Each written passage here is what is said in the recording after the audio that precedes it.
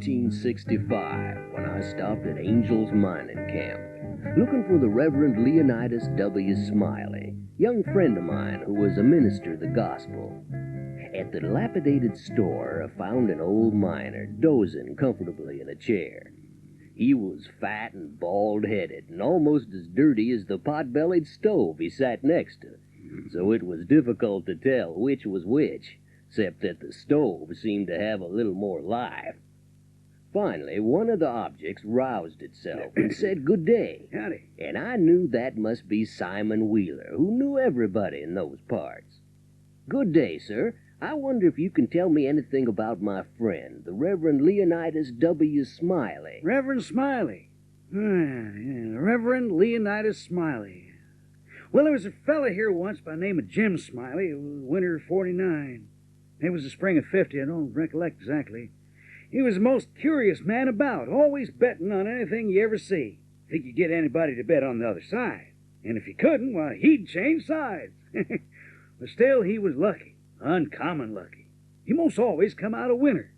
Was always ready and laying for a chance to bet. If there was a horse race, why, he was in his glory. You see, then the cowboys would filter into town and whoop it up.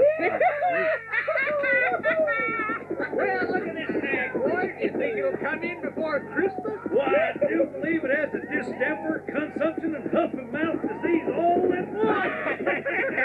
Well, boys, just put your money down and line up your own horses, and we'll see which horses can run and which horses can't. Okay, man. You know All the right. rules.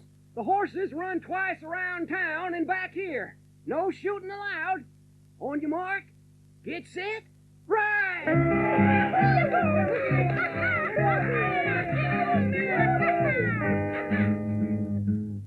Always at the tag end of the race, Jim Smiley's old horse would get excited and desperate-like and come cavorting and kicking up more dust and racing more racket with her coughing and sneezing and blowing her nose, but always fetch up at the finish line about a neck ahead of any other horse. And then Smiley would walk away with the money while the cowboys got real quiet and moody, wondering what got into that old nag. And if there was a dog fight, Smiley would bet on it. And if there was a cat fight, he'd bet on it. If there was a chicken fight, he'd bet on it too.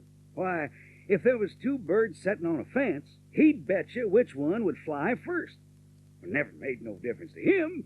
He'd bet on anything. Dangest fella you ever see. Parson Walker's wife laid mighty sick once for a good while, and it seemed as if they weren't going to be able to save her. One morning, Smiley saw the parson. How's the wife this morning, Parson? Why, she's considerable better, thanks to the Lord's infinite mercy. Coming along right smart. The blessings of Providence, she'll get well yet. Well, I'll bet you 2.5 she don't anyway.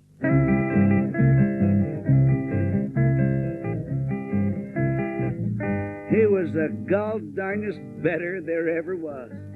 One day, Smiley came into town with a lattice box under his arm. What you got in the box, Smiley? Rattlesnake, maybe? Might be, but it ain't. I catched me a frog. Frog? What can a body do with a frog? Or I calculate I'll educate him. I'm going to learn him to jump. All a frog needs is a little education, and he can do most anything. So, Smiley took his frog home, and he never done nothing for 3 months but sit in his backyard and learn that frog to jump. And you betcha he did learn him, too. He'd give him a little punch behind. The next minute you'd see that frog whirling in the air like a donut. See him turn one somersault, or maybe a couple, if he got a good start, and then come down flat-footed and all right like a cat. I seen Smiley set Dan'l Webster down here on this floor, Dan'l Webster was the name of the frog, and sing out, "Flies, Dan'l, flies!" And quicker than you could wink, he'd spring straight up and snake a fly out of the air and flop down on the floor again as solid as a gob of mud. You never see a frog so modest and straightforward as Dan'l was. Jumping on a dead level was his strong suit, you understand, and when it come to that, Smiley would ante up money on him as long as he had a dime. Well, Smiley kept Dan'l in a little box. He used to fetch him into town sometimes and lay for a bet. One day, a feller, stranger in the camp, come across Smiley with his box. What might it be that you got in that box, friend? Well, it might be a parrot, or it might be a canary, maybe, but it ain't. It's only just a frog. Let's see. So 'tis. Uh-huh. Well, what's he good for? Well, he's good enough for one thing, I should judge.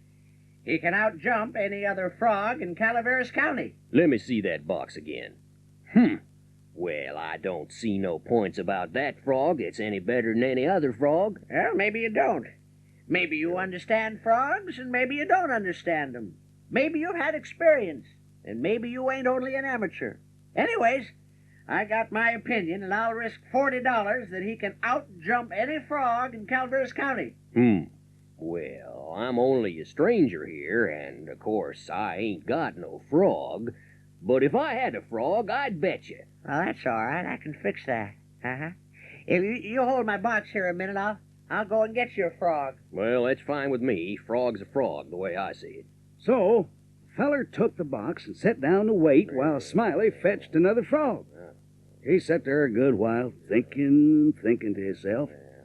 Then he took Dan'l out of the box and pried the frog's mouth open and took a teaspoon and filled Dan'l plumb full of quail shot. He stuffed those little round pellets pretty near up to Dan'l's chin and then set him down on the floor. Well, by and by, Smiley got back from the swamp with another frog, and the crowd began to gather for the fun. Smiley's got some frog. Well, here's your frog, stranger, fresh out of the swamp. And here's $40 that says this frog of mine can outjump any frog in Calaveras County. And here's my 40 that says that frog of yours ain't any better than any other frog. I'll hold the bet. Yeah, now if you're ready, stranger, set your frog alongside of Dan'l. That's it, right there, with his paws just even with Dan'l's, and I'll give the word. Yeah. Come on, Dan'l. Show your stuff. Straight out there, Dan'l. Remember the flies, All Dan'l. right, all right. 1, 2, 3, get! Well, look at that new frog go. Ain't he the lively one, though? Hey, what happened to Dan'l? He ain't moved more than a brick. Why, he's just sitting there. Hey, Well, friend, thanks for the bet. I told you I didn't see no points about that frog of yours that's any better than any other frog. the stranger, he took the money. When he was going out the door, he sort of jerked his thumb over his shoulder at Dan'l, who was still sitting on the floor like he was nailed to it. Smiley, he stood scratching his head and looking down at Dan'l a long time. I do wonder what in the nation got into that frog. I wonder if there ain't something the matter with him. He appears to look mighty baggy somehow. Maybe he ate too many flies, Smiley. Or maybe he's on strike. Come here, Dan'l, come here. Why, blame my cats if he don't weigh 5 pounds. And what's this? Just then, Smiley turned Dan'l upside down, and the frog belched out a double handful of lead pellets.